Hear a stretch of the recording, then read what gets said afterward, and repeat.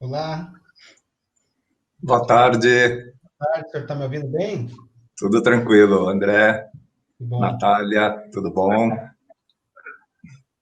Boa tarde, tarde, tudo pessoal. bem? Boa tarde. Então, dando sequência ao nosso congresso, né? Nós vamos agora falar de um tema, provavelmente é um tema bastante de interesse para todos os transplantados, né? Provavelmente esse é um tema que até movimenta muito todas as emoções dos transplantados, né? Porque a gente vê isso como uma necessidade premente, né? Então, assim, nós vamos ter aqui conosco, né, o professor André Medeiros, que, na verdade, foi, talvez, assim, a pessoa que começou todo esse processo, né, o doutor André Medeiros. Ele é pesquisador, advogado, pesquisador do Programa de Pesquisa de Direitos Fundamentais Sociais e tem mestrado na Universidade do Oeste de Santa Catarina. E nós vamos ter também aqui com a gente, o doutor André Medeiros vai ter entre 10 e 15 minutos para expor, né, toda a base que deu origem a tudo isso aqui. Depois nós vamos ter a Natália Cauano. A Natália, ela é analista legislativa, né, da Câmara dos Deputados e assessora técnica na área de saúde. A Natália, assim, na verdade, é uma pessoa muito...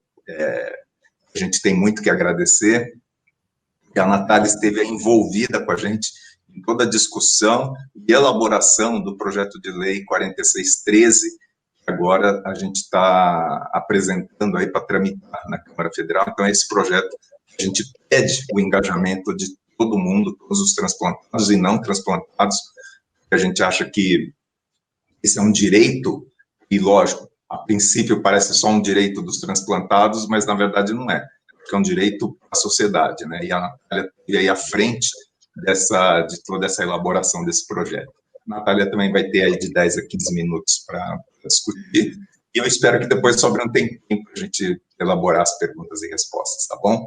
Doutor André, por favor, se o senhor puder começar. Em primeiro lugar, eu gostaria de agradecer muito o senhor pelo convite e dizer que é uma honra estar aqui. Dizer assim, realmente, quando eu comecei a pesquisar em 2012, eu nunca imaginei que a gente chegar nesse momento aqui tão rápido, né? E é muito feliz para mim estar aqui nesse congresso. Eu tenho acompanhado vocês aí nos grupos do Whats, né? E sei da luta diária das associações para que esse projeto virasse realidade. Eu quero contar um pouco da história, né? Como é que surgiu esse estudo em relação aí os transplantados. Então, eu começo aqui com uma foto da apresentação, né? Para demonstrar a importância do tema. Então, nós temos aí na esquerda da tela um transplante, né, ocorrido em 1967 na África do Sul, foi o primeiro transplante de coração do mundo, e ali em 2012 já temos uma foto no INCOR, né? O que a gente percebe disso? Que o mundo evoluiu muito em termos de tecnologia, e tem evoluído cada vez mais na área médica. Só que nesse momento também surge uma reflexão, né? O que vai acontecer com essas minorias, né, que estão surgindo de transplantados e que não tem ainda uma legislação, né? Existe uma lacuna legislativa. E é importante destacar que uma lacuna legislativa não significa que um segmento não tenha direitos. Pelo contrário, nós podemos identificar, dependendo da situação, que há, sim, né, um dever por parte do Estado de regulamentar essa situação. Deixa eu passar, então.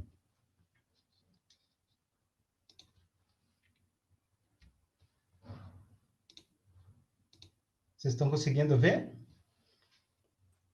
Então, nós Sim. estão conseguindo ver, então? Nós temos, então, aqui uma tela importante, nós temos uma foto do município de Ceará.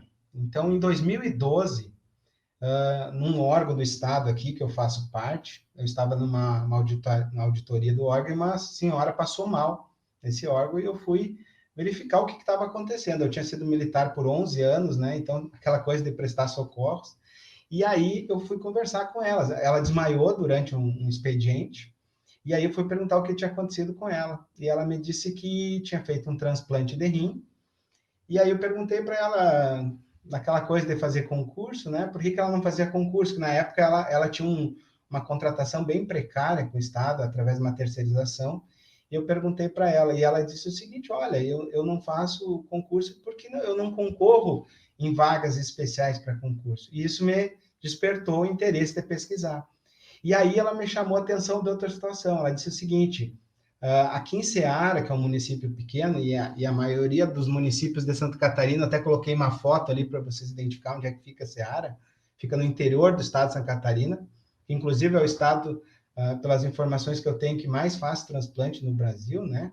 E o que nós verificamos? Que após o transplante, ela teve uma série de sérios problemas para voltar ao mercado de trabalho. Ela relatou que após o transplante, as pessoas da cidade, principalmente os empregadores, não davam oportunidade para ela. E isso me despertou, então, a pesquisar mais sobre esse tema. Vou passar a tela aqui. E como é que foi, então, a nossa história, né? Então, o primeiro artigo foi em 2012, quando aconteceu esse caso. Naquele momento, eu pensei na extensão de direitos da pessoa com deficiência aos transplantados. Importante destacar que, nesse momento, não haviam decisões judiciais, poucos assuntos relacionados a pesquisas sobre os direitos dos transplantados. Na época, eu não encontrei nada. Eu encontrei artigos científicos ligados a pesquisas sociais após o transplante, mas muito incipientes ainda. Em 2014, esse primeiro artigo eu publiquei no Simpósio Internacional de Direito da UNOESC. Em 2014, eu publiquei um segundo artigo, que foi o Direito dos Transplantados sob o prisma da dignidade da pessoa humana e dos direitos fundamentais, no Congresso Nacional de Pesquisa e Pós-Graduação de Direito em Florianópolis. Esse artigo já começou a dar uma visibilidade nacional. A partir desse artigo, então, o Ministério Público da Bahia compartilhou ele numa cartilha, e aí, né, ele começou a ter mais visibilidade. Eu coloquei ele também no site Jus Navegante, e de 2015 a 2018 eu fiz uma nova pesquisa e publiquei em 2018 o artigo que quem já deve ter pesquisado na internet deve ter visto, né, que foi um artigo aí que ganhou um destaque pelo Jus Navegante, que é a necessidade de criação do Estatuto de Proteção Integral da Pessoa com Deficiência. Importante destacar, nessa evolução de estudo de 2012 até 2018, que o primeiro artigo tratava da extensão dos direitos da pessoa com deficiência ao transplantado.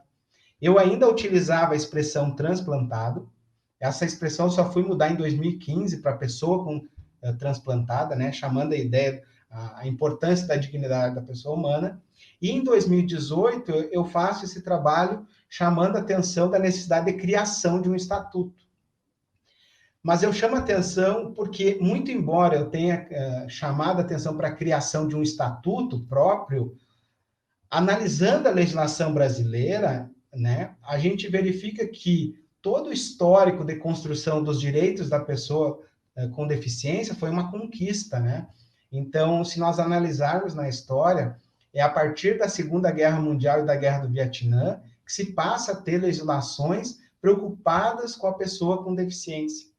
E aí nós temos as convenções internacionais, né? Em 2006, nós temos uma grande convenção internacional da ONU que traz pela primeira vez o termo pessoa com deficiência. E aí o Brasil, em 2015, foi aprovar, então, o Estatuto da Pessoa com Deficiência, né? Já no momento ali que eu escrevi o terceiro artigo. E digo para vocês que é muito importante esse estatuto, e ele tem uma série de direitos que não valeria a pena para o transplantado correr com uma legislação a par dessa, mas sim ser incluído, principalmente pelo conceito que esse Estatuto da Pessoa com Deficiência trouxe para o ordenamento jurídico.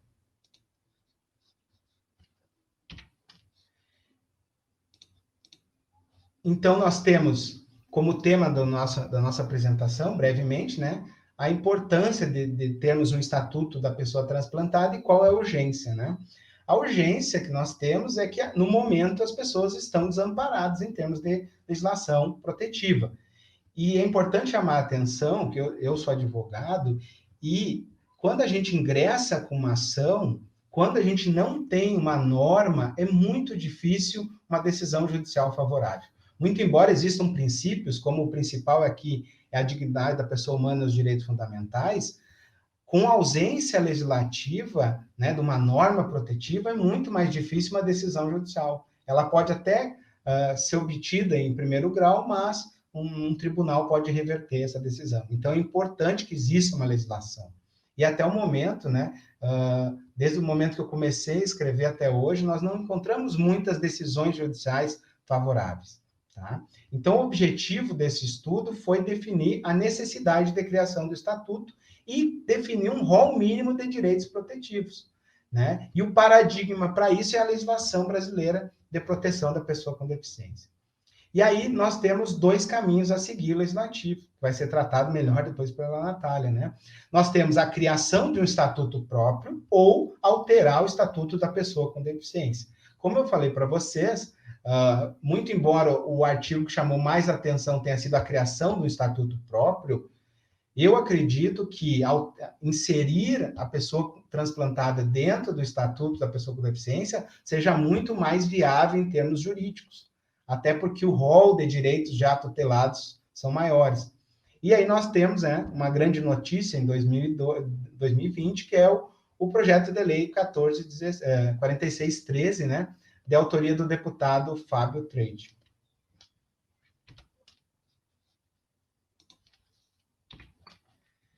Eu chamo a atenção do projeto de lei, que ele visa alterar, então, o artigo 2º, né, do Estatuto da Pessoa com Deficiência. E ele diz o seguinte, alterando o parágrafo 3º, acrescentando o parágrafo 3º, ele diz o seguinte, os pacientes submetidos à cirurgia para transplante terão os mesmos direitos que a pessoa com deficiência, sem prejuízo da avaliação biopsicológico-social, quando necessária. Seu laudo elaborado pelo médico assistente responsável pelo tratamento e acompanhamento do paciente concluir que exista condições clínicas crônicas que promovam o impedimento de longo prazo de natureza física, mental, intelectual e sensorial, o qual, em interação com uma ou outras barreiras, possa obstruir a participação plena e efetiva na sociedade em igualdade de condições com as demais pessoas. Isso é importante porque o próprio espírito do Estatuto da Pessoa com Deficiência, ele visa a inclusão social. E ele visa a eliminação de qualquer tipo de barreira. E essa responsabilidade, ela é de toda a sociedade, das empresas, de cada um de nós, cidadãos brasileiros, e também do próprio Estado. Então, por isso que é muito importante. Também vai ser acrescentado o parágrafo 4º, né, que fala que o laudo médico elaborado pelo médico assistente do paciente será submetido a uma avaliação do poder público. Aqui eu chamo a atenção do projeto, que é muito importante, que é a definição de pessoa com deficiência.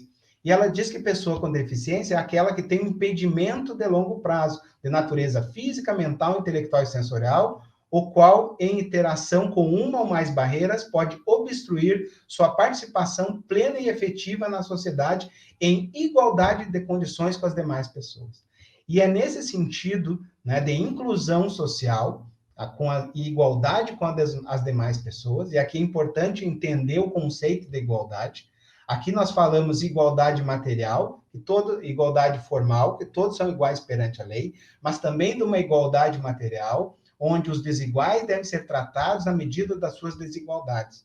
Um conceito já trazido por Aristóteles. E no projeto de lei, eu destaquei algumas frases que eu achei muito importante e que vão de encontro àquilo que já vinha sendo estudado nos artigos. Os pacientes transplantados, por exemplo, com frequência, não têm suas condições restritivas admitidas. Isso é uma verdade. Mesmo após as cirurgias, esses pacientes necessitam de assistência médica periódica e precisam utilizar diversos medicamentos. Ainda com relação ao uso de medicamentos imunossupressores, é importante destacar que são fármacos que podem apresentar diversos efeitos colaterais. E esses efeitos colaterais podem representar uma restrição ao mercado de trabalho.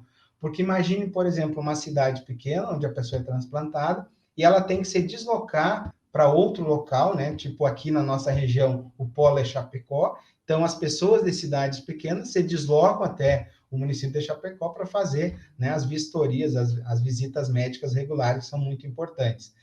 E a cirurgia para o transplante não é uma cura, e sim um tratamento. Isso é muito importante também, porque a partir do momento que o transplante não é a cura, mas sim um tratamento, se houver um impedimento de longo prazo, nós conseguimos enquadrar essa pessoa, então, como uma pessoa com deficiência. Isso é muito importante. Os transplantados passam a ser pacientes crônicos e precisam utilizar imunossupressores por toda a sua vida. Então, não tem por que nós não dizermos, né, dependendo do laudo médico, que essa pessoa se encaixa no conceito de pessoa com deficiência.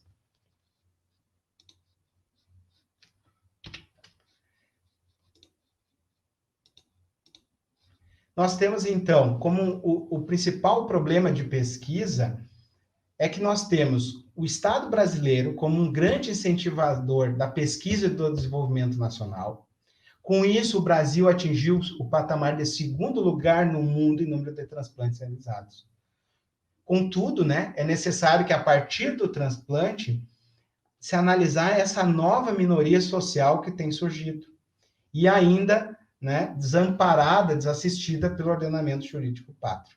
Nós não podemos dizer que eles estão assistidos em termos jurídicos em todas as situações, porque não estão, né? Nós temos um atendimento em termos de saúde, mas não temos um atendimento ainda protetivo em relação aos seus direitos, né? Principalmente em relação ao mercado de trabalho. E aí são 3 perguntas importantes de reflexão, né? Existe no ordenamento jurídico normas protetivas voltadas à pessoa transplantada? Quais as consequências que nós temos pela falta, né, dessas normas? Nós temos principalmente a dificuldade do retorno ao mercado de trabalho. Se nós analisarmos agora a questão da pandemia, né, os transplantados estão num grupo de risco. Então, o retorno ao mercado de trabalho para eles é muito mais difícil, né? Então, é preciso que tenham normas de proteção para que essa pessoa consiga estar amparada, né? A gente sabe que existe uma luta contra a rejeição do órgão, né? Isso gera uma série de consequências psicológicas, mas também existe uma nova luta aí de inserção no mercado de trabalho, de reinserção na sociedade, e é por isso, então, que nós precisamos, toda a sociedade unida, né, de forma coletiva, né, abraçar todos os transplantados para que possam retornar ao mercado de trabalho, né? E importante, né? Seria possível criar um estatuto próprio? Nós já discutimos, né, a questão de seguir a legislação da pessoa com deficiência.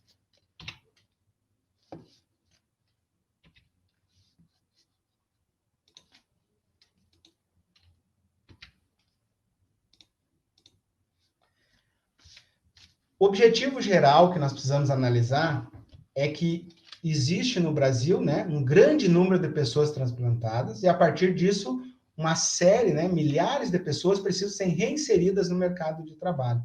Então, nosso objetivo principal em todo esse estudo foi demonstrar a necessidade, né, de termos uma legislação protetiva, principalmente com o objetivo de reinclusão social. E é importante nós destacarmos que em 2015 a Argentina aprovou o primeiro estatuto de proteção integral da pessoa transplantada. E nesse estatuto eu chamo a atenção de um direito. No estatuto argentino é proibida a discriminação no mercado de trabalho em relação ao transplantado.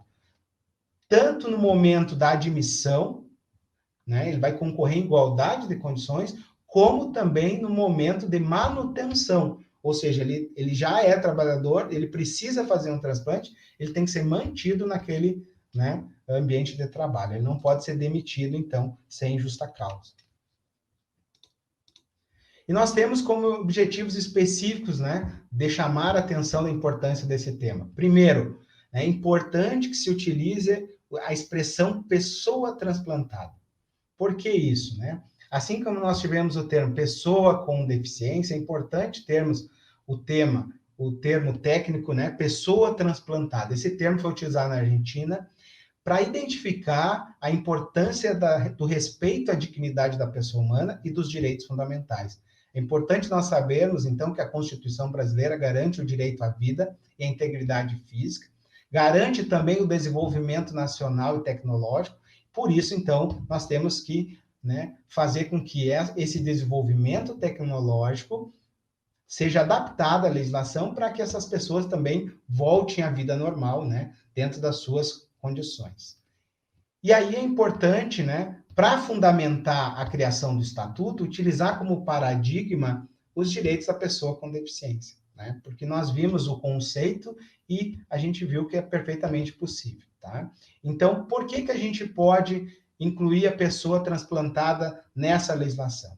Primeiro, pelo direito, né, previsto na Constituição Federal, no artigo 1º, que é o princípio da dignidade da pessoa humana.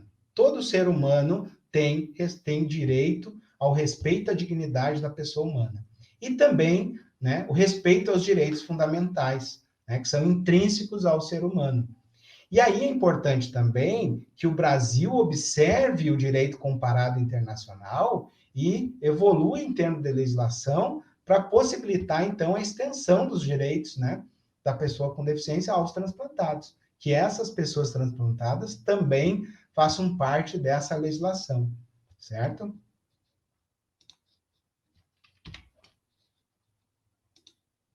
E por quê, né? Qual a importância? Por que você justifica, né, a criação de uma legislação? Primeiro, que nós temos o Brasil como um destaque mundial em número de transplantes, né? E aí nós chamamos atenção para o SUS, né? Que o SUS é o maior programa de transplante público do mundo, né? Isso é muito importante, é muito louvável para o Brasil. Mas, ao mesmo tempo, nós temos que refletir em termos de proteção desses brasileiros, porque é no momento do retorno ao convívio social que a gente vai verificar a ausência de direitos, e principalmente no retorno do mercado de trabalho. Tem um artigo científico que eu identifiquei, ele é um artigo já antigo, lá de 2012, que ele fez uma pesquisa relacionada ao retorno do mercado de trabalho da pessoa transplantada. E naquele artigo se verificou que o retorno ao mercado de trabalho se dava muito mais com as pessoas conforme o grau de estudo. Então, quanto maior o grau de estudo, mais fácil era retornar ao mercado de trabalho. Claro, dentro das condições, né, de cada um, certo? André, Sim. a gente está com o tempo meio corrido, se você puder finalizar daqui a pouquinho. Vou finalizar, então. Eu só queria dizer e chamar a atenção, então, que qualquer justificativa para que a pessoa transplantada seja inserida, né, nessa legislação da pessoa com deficiência, ela tem que levar em consideração a necessidade real de inserção dessa pessoa na sociedade e principalmente no mercado de trabalho. Porque é a partir de um trabalho, né, com dignidade que a pessoa vai ter melhor qualidade de vida, né? Então, a gente sabe que o trabalho faz parte, né, de uma característica do ser humano e isso dá dignidade ao ser humano. Então, basicamente, seria isso em termos de legislação. Eu procurei deixar um material de apoio, né, para quem quiser analisar, né? Então, eu vou encaminhar. Eu procurei ser bem técnico para subsidiar, assim como ele subsidiou, né, a criação desse projeto de lei, né? Claro que não foi somente eu, mas o primeiro estudo ali foi importante, né, para despertar a necessidade de vários estudos. Então, agradeço, doutor Edson, espero ter contribuído de alguma maneira para o Congresso. Estou muito feliz de estar aqui, né, e saber que uma conquista já está sendo tramitada no Congresso Nacional. Excelente, né? Você contribuiu porque, assim, você começou tudo, né? Então, assim, foi por conta do seu trabalho original, a gente agora está chegando até o projeto de lei, né? Então, assim, a gente só tem que agradecer, porque, assim, todo o arcabouço foi em cima de todas as suas considerações, né? Muito obrigado, desculpa o tempo, realmente foi meio corrido, mas, assim, a gente até gostaria de deixar aberto um canal aqui, depois talvez a gente poder fazer alguma coisa um pouco mais detalhada, ok? Bom, eu vou chamar a Natália agora para a gente complementar. Uhum. Bom, boa tarde a todos. Inicialmente, eu gostaria de agradecer a oportunidade de estar participando desse evento. Eu fico muito feliz, ontem eu assisti as palestras, hoje também, né, pela manhã, no começo da tarde. É possível a gente não se emocionar, né? Eu tenho certeza que esse evento está sendo super importante para dar mais visibilidade nessa questão da doação de órgãos, né, dessa questão da vida pós-transplante também, né? Porque muitas pessoas pensam que fez o transplante, agora já está curado, já está tudo resolvido. A gente sabe bem assim, né? E, bom, como foi dito, eu trabalho na Câmara dos Deputados, e o foco da minha apresentação vai ser sobre o processo legislativo, né? E como a gente pode acompanhar, né, o processo de elaboração de uma lei. Bom, todo mundo sabe que o Poder Legislativo, uma das suas funções típicas é a elaboração de leis, né? A gente tem diversos tipos normativos, a gente tem as leis ordinárias, as leis complementares, né, emendas constitucionais, e aqui, como eu já falei, eu vou tratar mais do aspecto da lei ordinária. Né? E aqui no meu exemplo, eu vou colocar uma situação em que um parlamentar, um deputado, no caso, que inicia o processo legislativo. Né? E aqui, Natália. Nesse momento, Natália, eu quero ressaltar que já é possível a participação cidadã. Né? Muitas vezes, essa proposição legislativa, ela vem de uma sugestão, de uma associação, de uma entidade, né? E mesmo também no site da Câmara, a gente tem um banco de ideias, né? E onde, nesse lugar, qualquer cidadão pode colocar ali a sua sugestão de proposta legislativa. Né? Então, quando o parlamentar, o deputado, ele apresenta uma proposição, o que acontece? Né? O presidente da Câmara, ele vai analisar aquela proposição, né? E para decidir por quais comissões temáticas, né? Essa proposição necessariamente terá que passar. Né? O que acontece? Tanto a Câmara como o Senado tem comissões temáticas, né? São grupos especializados, são colegiados menores de parlamentares. Então, a gente tem comissões temáticas na área da saúde, na área da agricultura, esporte. Então, dependendo do escopo daquela proposição apresentada, o presidente vai decidir, aquela proposição, ela tem que passar pela comissão X, Y, Z. Né? E o que acontece? Quando a proposição ela chega na primeira comissão, o presidente daquela comissão vai escolher um parlamentar, né, um membro daquela comissão, para ser o relator da matéria. Né? Qual que é a função do relator? Né? Ele vai ser responsável por aquela proposição legislativa. Natália, você está me ouvindo? Né? E apresentar, ao final, um parecer pela aprovação ou pela tratar também que aqui, justamente nas comissões, que a gente tem as audiências públicas, né? E recentemente a gente também já tem as audiências públicas interativas. E nesse momento, qualquer pessoa pode participar, né? Pode mandar suas perguntas para os parlamentares, para os convidados, né? A gente sempre tem convidados falando a favor e falando contra a proposição, e assim a coisa vai continuando, passando por todas as comissões, né? E importante também a gente saber que se é uma proposição que tem um impacto orçamentário, necessariamente essa comissão também ela vai ser analisada pela Comissão de Finanças e Tributação, e também toda proposição sempre vai passar pela CCJ, que é a Comissão de Constituição, Justiça e Cidadania, né? Nessa comissão ela vai ser avaliada a proposição com relação à técnica legislativa, com relação à juridicidade e com relação à constitucionalidade, né? E eu quero dizer também que a maioria das proposições, elas terminam a sua tramitação só no âmbito das comissões. São poucas as proposições que acabam sendo deliberadas no plenário, né? Que é onde a gente tem, no caso da Câmara, os 513 deputados, né? Existem algumas situações previstas no regimento interno, né, que a proposição necessariamente ela tem que ir para o plenário, né? Uma delas seria, por exemplo, vamos supor que a comissão X deu um parecer favorável e a comissão Y deu um parecer pela rejeição da proposição. Então, nesse caso, quem que vai decidir vai ser o plenário, né? Ia te passar aqui o slide. Bom, e o plenário, né? Agora a gente está em tempos de pandemia, mas normalmente qualquer pessoa pode assistir presencialmente às sessões da Câmara, né? Em volta do plenário, eu coloquei a foto aí do plenário, a gente tem as galerias, as pessoas assistem a partir dali, né? Então, a proposição, quando ela passa pelo plenário, ela vai ser discutida, né? Deliberada por todos os parlamentares, votada, né? Até chegar um texto final. E aqui nesse meu exemplo, eu estou falando de um projeto que começou na Câmara, né? E a gente sabe que o Poder Legislativo Federal, ele é bicameral. Bicameral por quê? Porque a gente tem duas casas legislativas participando do processo de elaboração da lei, né?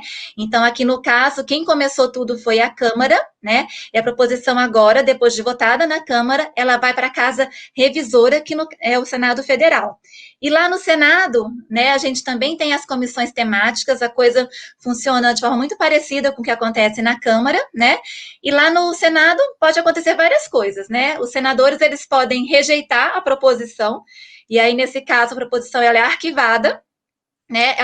Os senadores, eles podem aprovar, concordar integralmente com o texto que foi apresentado pela Câmara, e aí, nesse caso, o texto já segue direto para a sanção presidencial, né, para o chefe do Poder Executivo, né, e também o Senado pode optar por fazer algumas alterações, né, fazer algumas emendas, e aí, nesse caso, necessariamente, o texto vai ter que voltar para a Câmara, e aí os deputados, eles vão decidir se eles acolhem, né, aquelas sugestões, aquelas modificações que foram feitas no Senado Federal, ou se retomam aquele texto original, né? Então, tem toda uma discussão novamente, votação, e aí, quando eles chegam no texto final, aquele texto é encaminhado para o chefe do Poder Executivo Federal, que é o presidente da República, né? E lá ele pode sancionar, né, que é ótimo, concordou com o texto encaminhado, ou ele pode vetar, né? Vetar é dizer não. E esse veto ele pode ser total, né? Ele pode discordar com o texto de forma integral, ou ele pode discordar só de algumas partes, né? Aí, nesse caso, a gente chama de veto parcial, né? E, normalmente, o presidente, ele discorda por considerar contrário ao interesse público, ou então inconstitucional, né? E aí, quando a gente tem essa figura do veto, o que acontece? O veto, necessariamente, ele é apreciado pelo Congresso Nacional. O Congresso, ele pode ou manter o veto ou derrubar o veto. E então, se o Congresso, né, por maioria absoluta de deputados e senadores, se eles conseguem derrubar o veto, aquele texto que o presidente não foi de acordo inicialmente, ele volta a fazer parte do texto, e aí, com a publicação, né, já começa a ter vigência no mundo jurídico.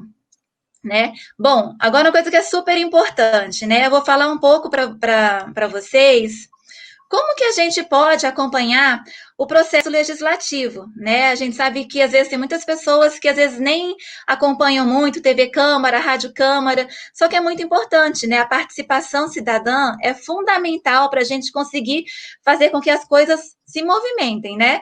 E aqui no meu exemplo, eu coloquei a tela de um celular, que eu acho que é o que é mais acessível para todo mundo, né? Um exemplo. Então, a pessoa quer pesquisar, ela coloca lá na sua barra de endereços, o endereço da Câmara, né? www.câmara.leg.br, e vai aparecer essa tela inicial. E ali no cantinho superior esquerdo, a gente tem lá o menu, né? E clicando em menu, vão aparecer várias opções, né? Tem deputados, e aqui é uma parte interessante, porque nessa parte de deputados, a gente pode acompanhar toda a atuação parlamentar, né? A gente sabe que muitas vezes, né, a gente vota, o cidadão vota, e depois ele nem acompanha mais como que aquele nosso candidato que a gente ajudou a eleger, como que ele está trabalhando, como que ele está atuando, como que ele está votando nas sessões da Câmara, e esse controle social é muito importante, né? Até para a gente saber quem que a gente vai colocar lá de novo nas próximas eleições. E abaixo a gente tem a parte da atividade legislativa. Aqui clicando em atividade legislativa, a gente tem acesso a toda essa parte ligada, né, às comissões, às propostas legislativas, né? E clicando em proposta legislativa, a gente tem acesso a uma pesquisa simplificada com vários filtros, né? E aqui eu coloquei um exemplo, eu estou fazendo uma pesquisa em relação ao tema transplantados, né?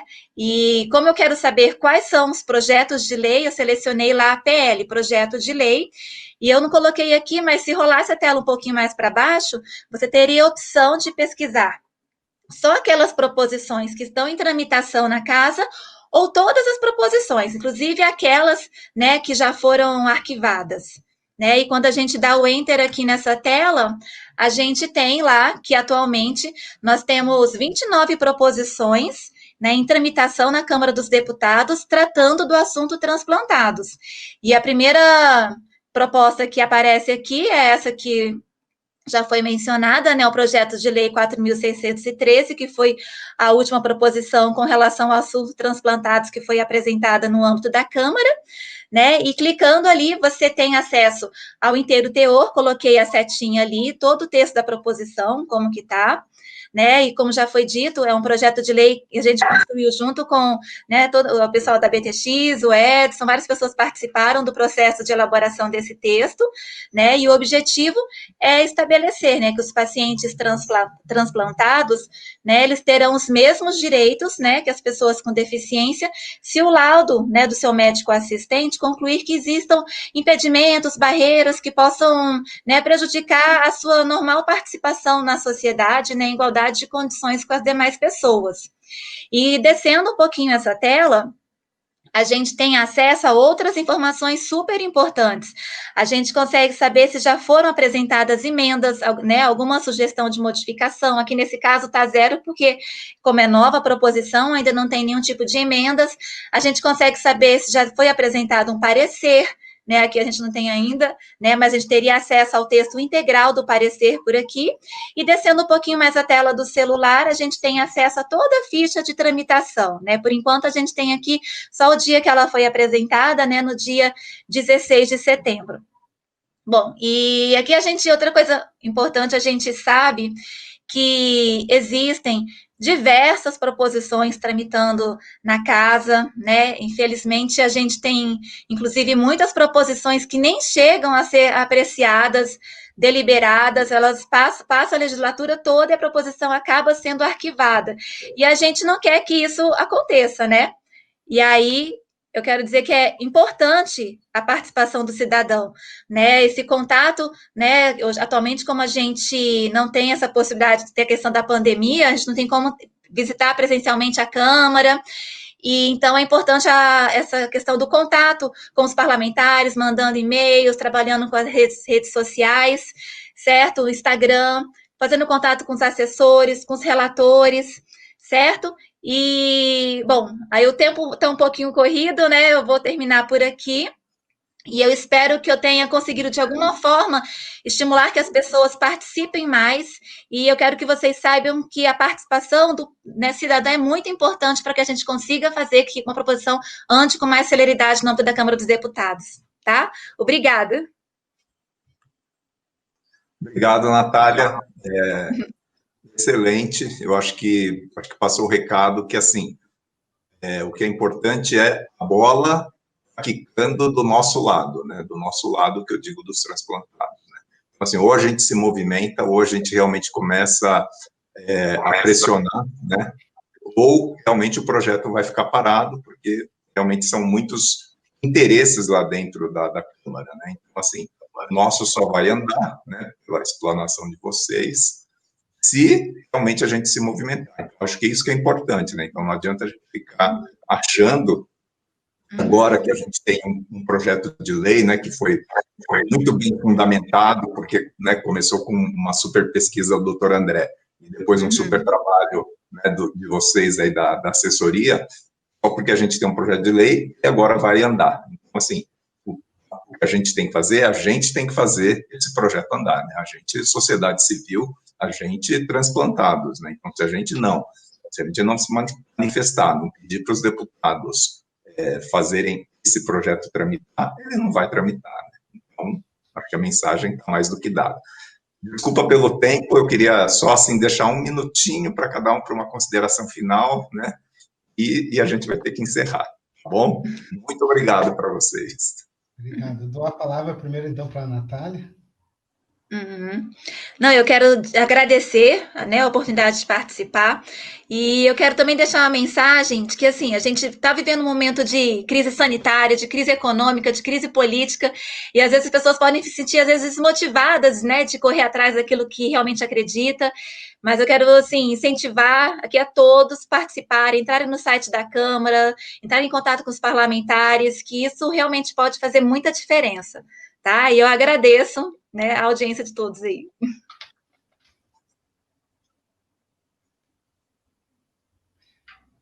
Então, doutor Beto, gostaria de agradecer o seu convite E também agradecer a todos que se manifestaram ali no chat, né? Eu anotei algumas perguntas aqui, pretendo responder rapidamente. O Hudson perguntou se seria uma legislação estadual. Não, ela seria uma legislação federal, né? E atenderia a todo o país. Hoje nós temos no Brasil 4 estados que já aprovaram, né, a sua legislação própria, estendendo direitos da pessoa com deficiência ao transplantado, isso em âmbito estadual. Anotei aqui, é o estado do Mato Grosso, Rondônia, Paraíba e Acre. São os estados que já têm legislação. Gostaria de agradecer também as pessoas que se manifestaram ali no chat, a Silvana, a Clarissa, o Adailton, o Antônio Lisboa e todos os demais. Em nome dessas pessoas, eu agradeço muito ali os comentários e quero dizer que é muito importante nesse momento agora que esse projeto chegue ao maior número de pessoas possíveis e que possa sensibilizar o Congresso Nacional. É importante lembrar que em 2018 nós tivemos a primeira audiência pública no Senado, né? Então, de lá para cá já se passaram 2 anos. Então, é importante, né, que agora nós temos um projeto de lei que as pessoas compartilhem nos seus grupos de WhatsApp para chegar ao maior número possível de pessoas. E agradeço também o Maurício, né, que faz parte lá no nosso grupo do WhatsApp, que foi uma pessoa que me convidou, e no nome dele eu agradeço todas as associações de transplantados do Brasil. Legal. Obrigado, pessoal. E até a próxima. Até, obrigada. Tchau.